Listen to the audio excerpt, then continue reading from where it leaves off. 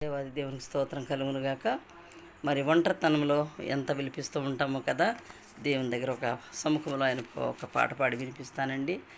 నా ప్రాణ ప్రియుడా నా యేసయ్యా, నన్ను గన్న తండ్రి నా యేసయ్యా, నా ప్రాణ ప్రియుడా నా యేసయ్యా, నన్ను గన్న తండ్రి నా యేసయ్యా.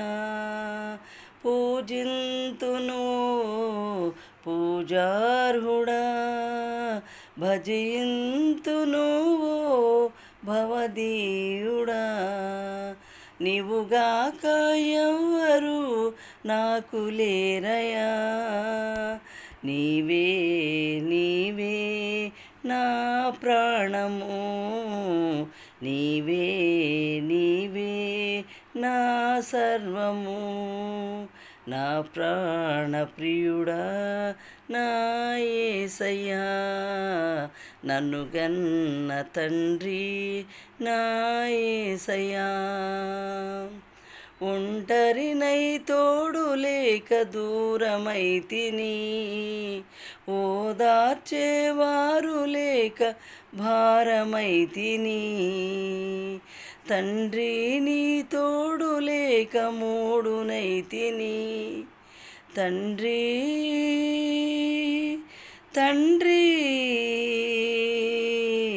తండ్రి నీ తోడు లేక మూడునై తిని, నీ తోడు దొరికాక చిగురించి తిని, నీ తోడు దొరికాక చిగురించి తిని, నీవుగాక ఎవ్వరు నాకు లేరయా, నీవే నీవే నా సర్వము,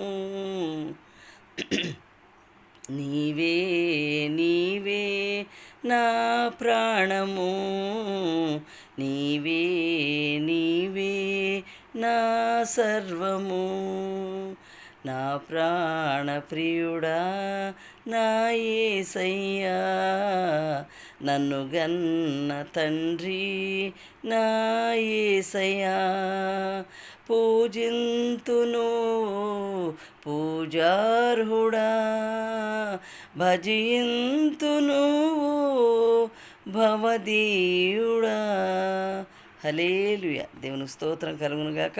మరి ఎంత చక్కని పాటలో ఉన్న అర్థాన్ని మనందరం గ్రహించి దేవునిలో మనం నడవలసిన వారమై ఉంటున్నాము. ఆమేన్.